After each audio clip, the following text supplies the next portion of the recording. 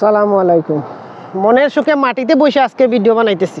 এই যে আমাদের দেশে আমি কিছু হুজুরদের এটা কাঠমোল্লা কই, আমার বন্ধু বান্ধব যারা এরা আমারে মেসেজ করেন বা কন যে তুমি সব কিছুতে সমষ্টিগতভাবে কাঠমোল্লা হো, এন হো তেন হো। আসলে এরা কাঠমোল্লা। আচ্ছা, গাজা ফিলিস্তিন আমাদের আবেগ।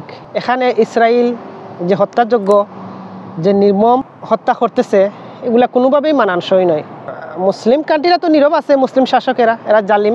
কিন্তু এই যে ফ্রান্সের প্রেসিডেন্ট ইমানুয়েল ম্যাক্রন তিনি কিন্তু ঘোষণা দিয়েছেন ফিলিস্তিনকে রাষ্ট্র ঘোষণা দেওয়া হবে, স্বাধীন রাষ্ট্র হিসেবে। এই আমাদের বাংলাদেশে মার্চ ফর গাজা কর্মসূচি দেওয়া হইল, এটা একটা সুন্দর বিষয় বা সুন্দর দিক। এখানে সবাই উপস্থিত হয়েছেন, আর এখানে তো লিস্ট করে দাওয়াত দেওয়ারও কিছু না। আপনি আপনার ইমানি দায়িত্ব থেকে আপনি আপনার জায়গা থেকে এখানে অংশগ্রহণ করবেন। এখানে সব রাজনৈতিক দল, বিএনপি, জামাত, খেলাফত মজলিস, ইসলামী আন্দোলন সবাই স্বতঃস্ফূর্ত মন থেকে করেন আর লোক দেখানো করেন, স্বতঃস্ফূর্ত অংশগ্রহণ করছেন। আমাদের জাতীয় স্বার্থে আমরা এক জায়গায় থাকতে হইব, আমাদের ধর্মীয় স্বার্থে আমাদের এক জায়গায় থাকতে হইব। মতানৈক্য আমাদের থাকতেই পারে রে ভাই, কিন্তু এই যে বাংলাদেশে কাঠমোল্লা যারা হয় এরা মাজার পূজারি। আর বাংলাদেশে যত ফির আর যত মাজার আছে, আল্লাহ দুনিয়া তত নবী রসুলও ফাটাইছেন না। পৃথিবীর আর কোথাও মাজার বলতে কিচ্ছু নাই, সবগুলাই খবর। আর এই মাজার পূজা হয় বাংলাদেশে সবচেয়ে বেশি। এখানে খেয়ে গেল না, এই যে সারা দেশ থেকে মুটি তুলিয়া জুকার ফাটি, জাকের মঞ্জিল, ফরিদপুর, এরা নাকি জান্নাতের টিকিট দেয়। আচ্ছা, দেখছেন এই জাকের ফাটির কোনো এই অংশগ্রহণ এই মার্চ ফর গাজাতে? আর একটা হইল বান্ডারি বন্ড, এরা চট্টগ্রামটা দখল করে রাখছে। তো ইমানি দায়িত্ব, এরা মুসলমান, এরা ফির, এরা মানুষের জান্নাতের রাস্তা দেখায়, কিন্তু এই মার্চ ফর গাজায় এরা অংশগ্রহণ করলো না।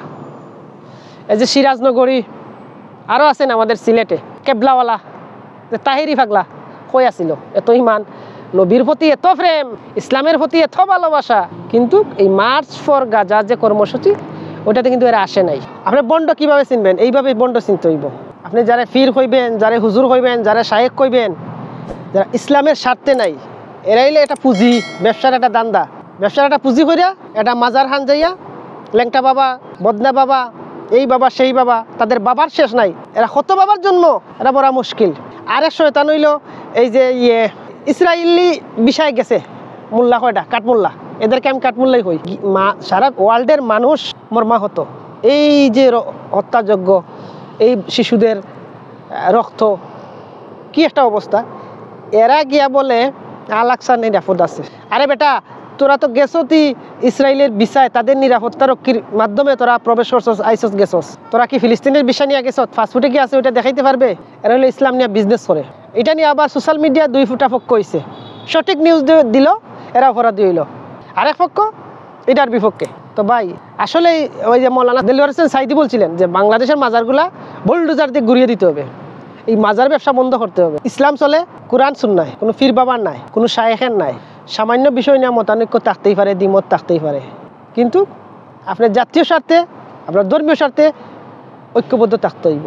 এই যে বাংলাদেশের নারী সংস্কার কমিশনে একটা নারী সংস্কার নিয়ে একটা রিপোর্ট দিছে, এটা নিয়ে কথা বলছে, জামাত ইসলাম কথা বলছে, শাহ আহমদুল্লাহ কথা বলছেন, মিজানুর রহমান আজারি কথা বলছেন, মামুনুল হক কথা বলছেন। এই যে সুতিয়াগুলা এদেরকে পাইবেন না, এই সুতিয়াগুলা ওই আসলেই মুসাদের এজেন্ট। আসলে এগুলা এই বাহিরা দেশ থেকে মালফানি নিয়ে ইসলামরে বিতর্কিত রাখে। তো দেশের নাগরিক সচেতন মানুষ যারা বুঝতে হবে, এই ফির পূজা, মাজার পূজা আর এই ভণ্ডামি বাদ দিয়া কাঠমোল্লার লোক স্যার ইয়া ভাই, আপনি লেখাপড়া জানেন, শিক্ষিত, আপনি আপনার কোরআন পড়েন, ওখানেই সব কিছু আছে। আপনি আপনার হাদিস পড়েন, ওখানে সব কিছু আছে। আপনার কয়বরে কোনো ফির বাবা গিয়া সওয়াল জব করবে না, আর কোনো শায়েখও গিয়া আপনার কিছু হবে না। আপনার জীবন, আপনার কর্ম, আপনার ফল, ধর্ম আপনার। তো আপনার ইমানের দায়িত্ব আপনি কিভাবে পালন করবেন, ফিরের মাজারে গিয়া না মসজিদে গিয়া, সেটা সিদ্ধান্ত আপনার। তবে আমাদের বাংলাদেশের উচিত এই বন্ডগুলারে বয়কট করা, এই বন্ডগুলার থেকে দূরে থাকা। বর্তমান জেনারেশন অনেকেই দেখছি এই বন্ড জেনারেশনের, এই যে বন্ড ফিরের ভক্ত অনুরাগী। আমি বুঝি না আগের সময়টা ছিল মনে করেন যে দেশে বিদ্যুৎ আসছিল না, যোগাযোগ ব্যবস্থা খারাপ আছিল, একটা দেশ থেকে আর একটা দেশে খবর যাইতে হলে বিভিন্ন দুধ ফাটানো হইতো। এখন তো হাতের মুঠে পৃথিবী, ঘরে বসে সব কিছু দেখা যাইতেছে।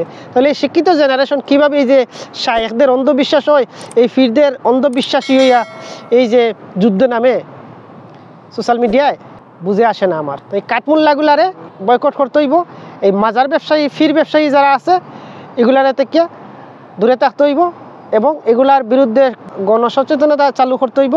সবার মধ্যে এটা যাতে হয়, মানুষের মধ্যে এই সচেতনতা তৈরি করতে হইব। এই অন্ধবিশ্বাসে, অন্ধ আবেগে নিজের ধর্মরে বিতর্কিত করা যাইতো না, আর নিজের আমল নষ্ট করা যাইতো না।